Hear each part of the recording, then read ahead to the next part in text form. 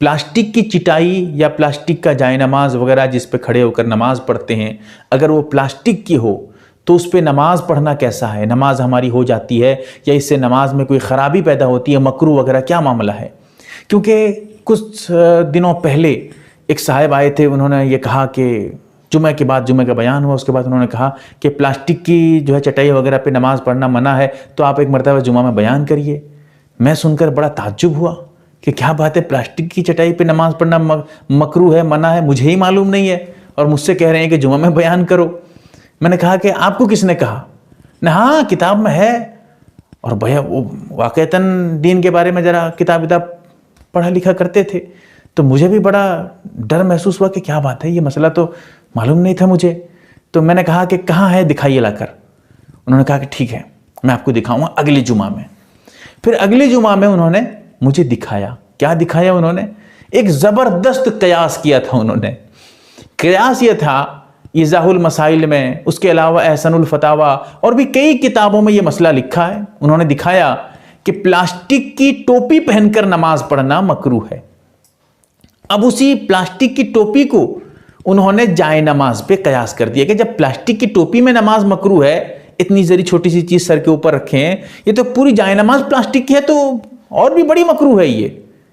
उन्होंने अपना कयास किया। फिर मैंने उन्हें समझाया कि नहीं, ऐसी बात नहीं है।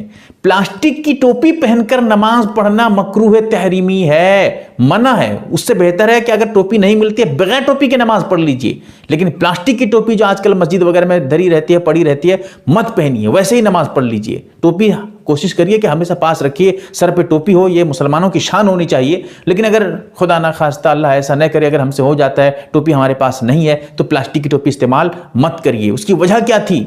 मकरूह होने की वजह यह थी कि प्लास्टिक की टोपी पहनकर आदमी बड़ी मजलिस में, बड़ों की मजलिस में, अच्छी मजलिस में जाना नहीं चाहता है, क्योंकि वो एक तरीके से आर महसूस होने लगेगा। ऐसा लगेगा कि ये गरीब आदमी है, ये फटा आदमी है, इसके पास कुछ नहीं है, प्लास्टिक की टोपी पहन के घूम रहा है। तो एक तरीके से मुअज़्ज़ज़ जो बावकार मजलिस है उसमें जाना आदमी पसंद नहीं करता है, खुद आदमी जाना पसंद नहीं करेगा।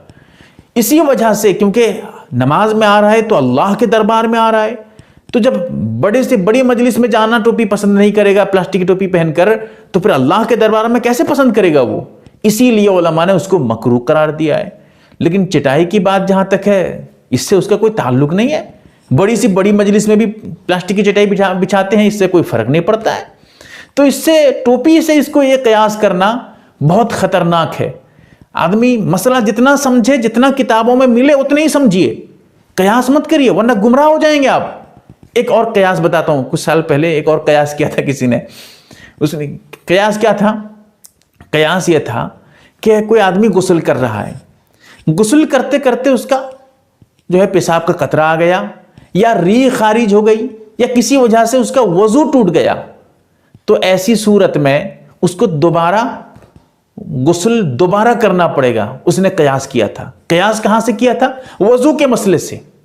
वजू का मसला क्या है, पहले मसला समझ लीजिए। वजू का मसला यह है कि अगर कोई वजू कर रहा है और वजू के दरमियान, वजू करते वक्त कुछ आज़ा धो लिया था, उसके बाद उसका वजू टूट गया, री खारिज हो गई या पेशाब का कतरा वगैरह किसी वजह से वजू टूट गया, फिर से उसको अज़ शरे नौ दोबारा शुरू से वजू करना पड़ेगा, जरूरी है।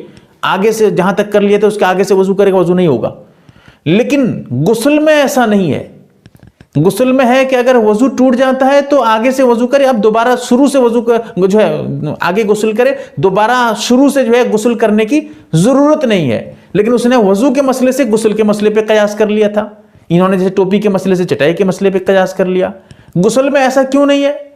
वजू जहां से कर लिया था वहां से वजू उसका टूट गया, फिर से करना पड़ेगा। लेकिन गुस्ल में अगर वजू टूट जाता है तो इससे गुस्ल नहीं टूटा है। गुस्ल करते हुए अगर गुस्ल के दरमियान में ऐसा अमल उससे शादिर हो गया, ऐसा काम उसने कर लिया जिससे गुस्ल टूट जाता है, फिर से दोबारा गुस्ल करना पड़ेगा। बहुत बारीक है मसला।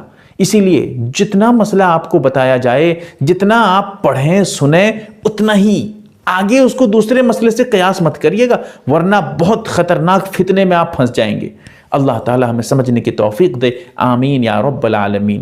मुहतरम नाज़रीन व सामईन, आप एक मोतबर व मुस्तनद चैनल YAM-e-Arabi दीनी मालूमात देख रहे हैं। آپ کی خدمت کے لیے بہت تحقیق اور ریسرچ کرنے کے بعد اس میں ویڈیو ڈالے جاتے ہیں۔